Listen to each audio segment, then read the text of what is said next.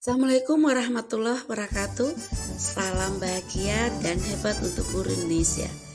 Saya Hotni Agustina Pasaribu, CCP Angkatan ke-7, Kabupaten Tapanuli Tengah, Sumatera Utara. Koneksi antar materi, kesimpulan dan refleksi modul 11A8. Refleksi filosofis pendidikan Ki Hajar Dewantara. Di mana menurut Ki Hajar Dewantara, peran pendidik seperti seorang petani, sedangkan siswa seperti biji padi. Bila biji padi ditempatkan di tanah yang subur dengan mendapatkan sinar matahari dan pengairan yang baik, maka mesti berbiji tadi adalah biji yang kurang baik.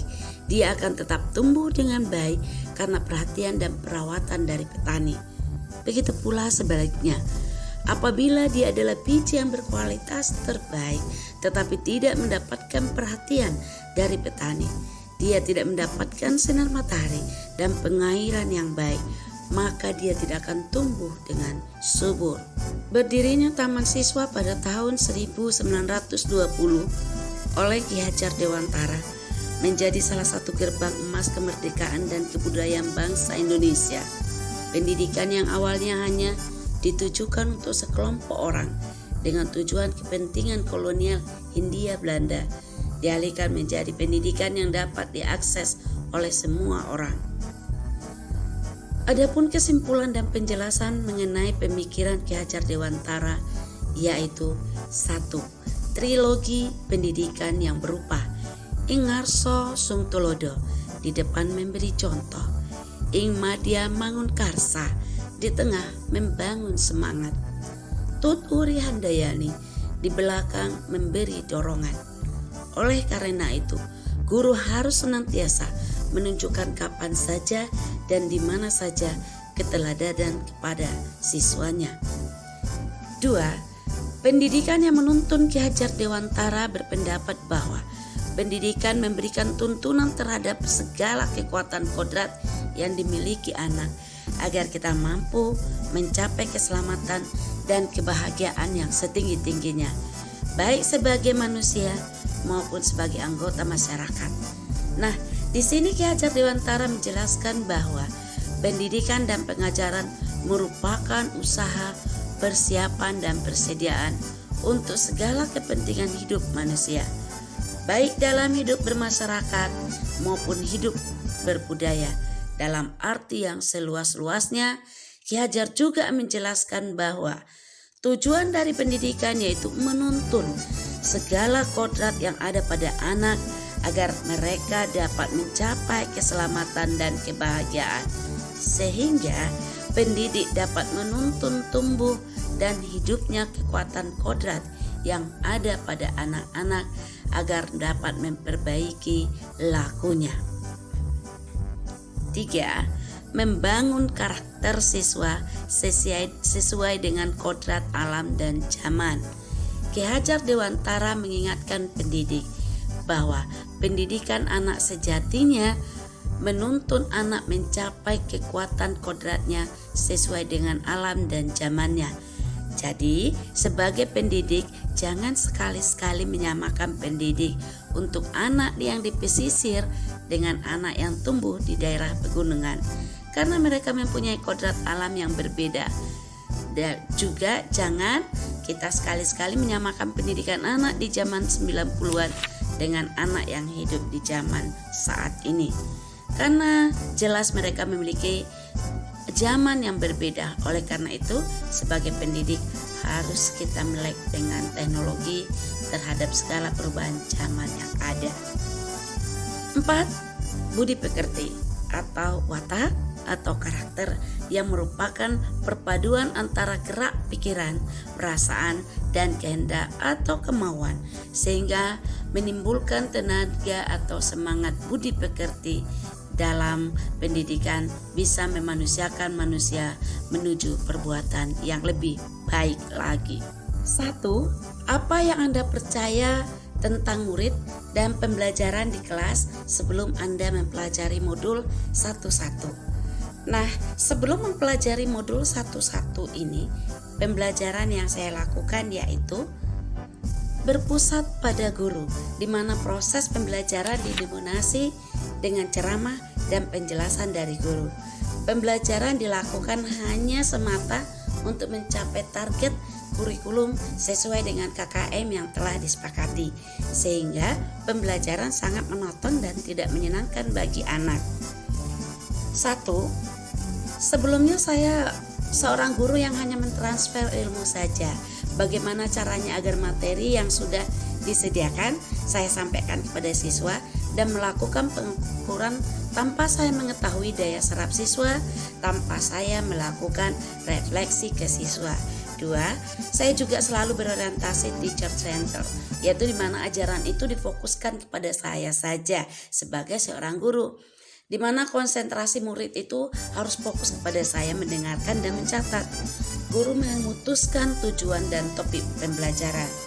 Guru juga yang mengukur tingkat perkembangan anak didik dengan menyediakan soal.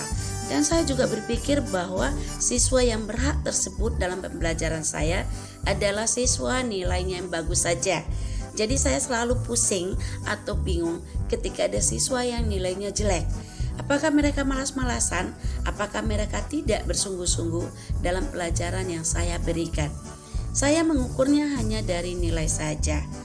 Nah, berikutnya perbedaannya yaitu karakteristik siswa yang pada saat itu tidak terlalu diperhatikan dan semua siswa dianggap sama karena saya belum memahami tentang kodrat anak, sehingga tidak ada perlakuan yang berbeda antara anak yang cepat mengerti dengan anak yang lambat memahami pelajaran.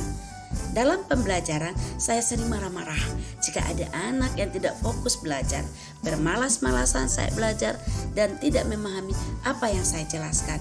Untuk mengubah perilaku siswa, yang saya gunakan menghukum siswa adalah dengan cara fisik.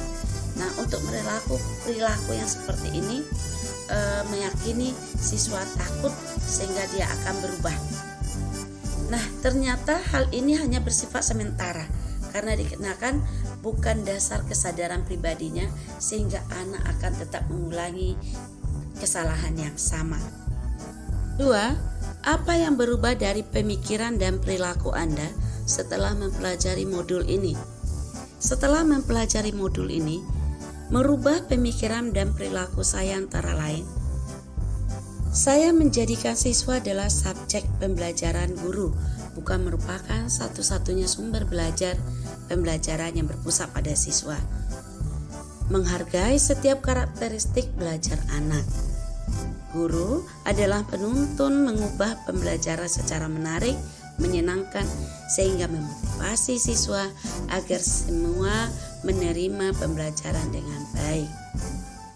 Melihat dan memahami bakat anak dan menuntun sesuai kodratnya. Mengutamakan pembelajaran yang aspek budi pekerti.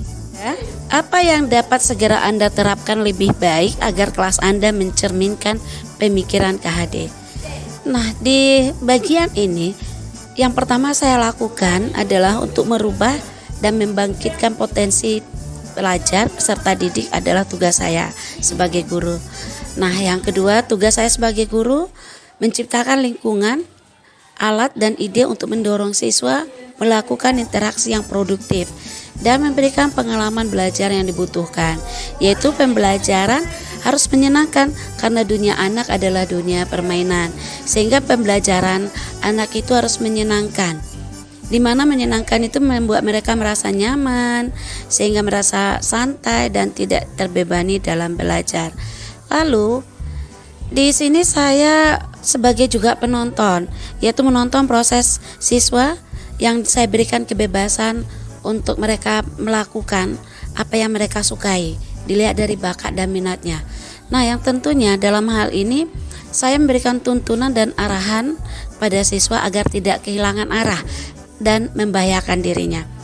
Nah, di mana hal ini saya perlu sekali menuntun siswa agar mereka dapat menemukan kemerdekaannya di dalam belajar seperti yang diterapkan oleh Ki Hajar Dewantara.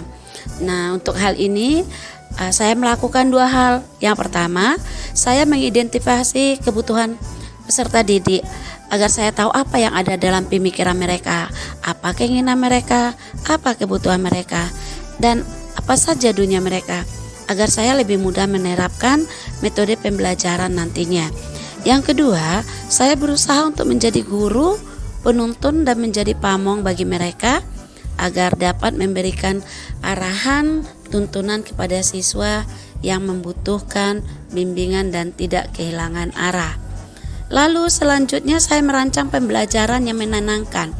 Menyenangkan di sini maksudnya bisa membuat siswa nyaman sehingga kita sama-sama merancang pembelajaran ini agar bisa berkolaborasi seluruhnya, baik dengan teman sejawat ataupun dengan peserta didik itu, sehingga terbentuknya pembelajaran yang sesuai dengan kebutuhan peserta didik. Dan yang terakhir, saya menerapkan student center, yaitu di mana siswa yang menjadi pusat pembelajaran, yaitu pembelajaran memang berdasarkan kebutuhan siswa dan keinginan siswa. Demikian pemaparan saya terhadap kesimpulan dan refleksi di modul 1.1. Terima kasih guru hebat dan guru bahagia Indonesia. Assalamualaikum warahmatullahi wabarakatuh. Salam bahagia dan hebat untuk guru Indonesia. Saya Hotni Agustina Pasaribu, CGP Angkatan ke-7, Kabupaten Tapanuli Tengah, Sumatera Utara.